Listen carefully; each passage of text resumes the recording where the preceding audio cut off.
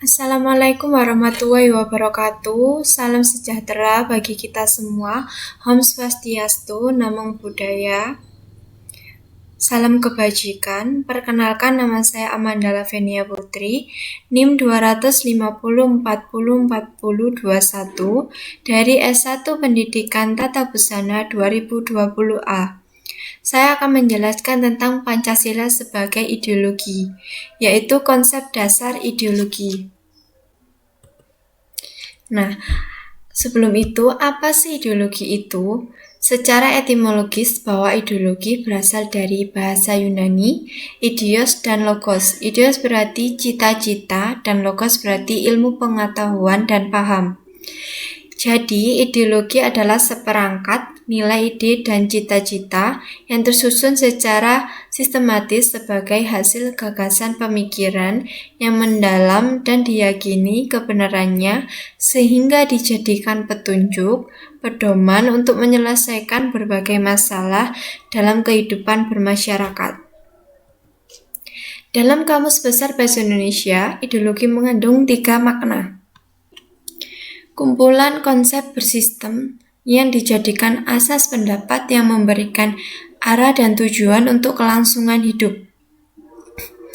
2. Cara berpikir seseorang atau golongan.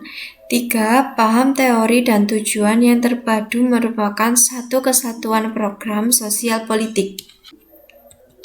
Dalam pandangan Ribeiro, ideologi sebagai suatu paham mengandung unsur-unsur.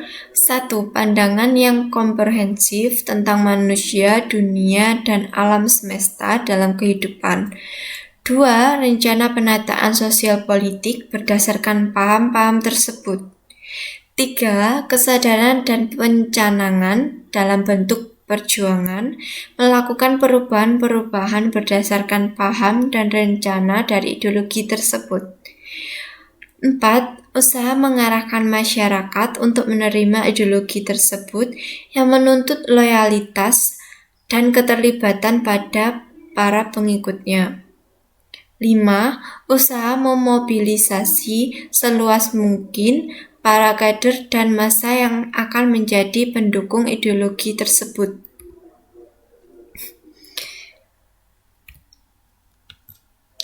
Dalam pandangan Thomson, ideologi mengandung 3 unsur, yaitu 1. Adanya penafsiran atau pemahaman terhadap kenyataan. 2. Memuat seperangkat nilai atau keyakinan moral.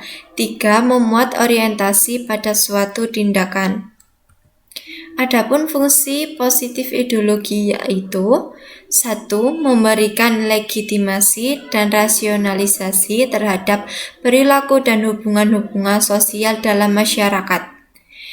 2. Sebagai acuan pokok bagi solidaritas sosial dalam kehidupan kelompok atau masyarakat. 3. Memberikan motivasi bagi para individu mengenai pola-pola tindakan yang pasti dan harus dilakukan.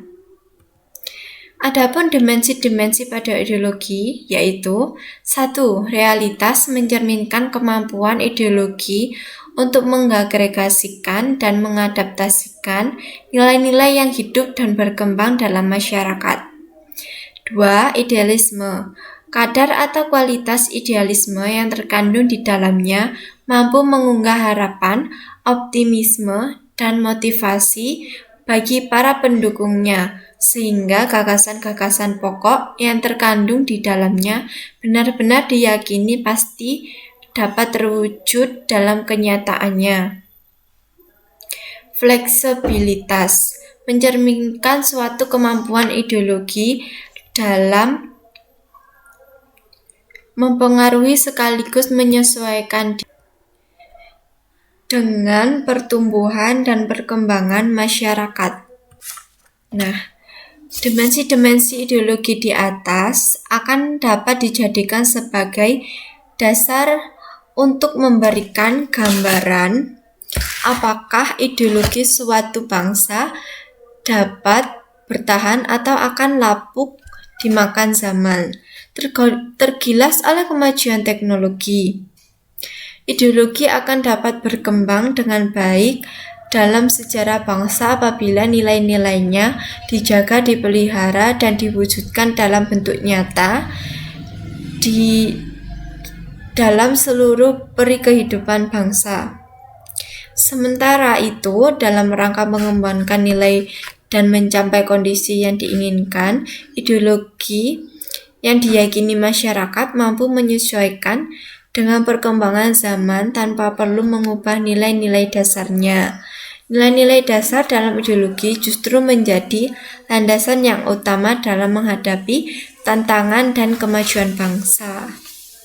Oke, sekian dari saya. Wassalamualaikum warahmatullahi wabarakatuh.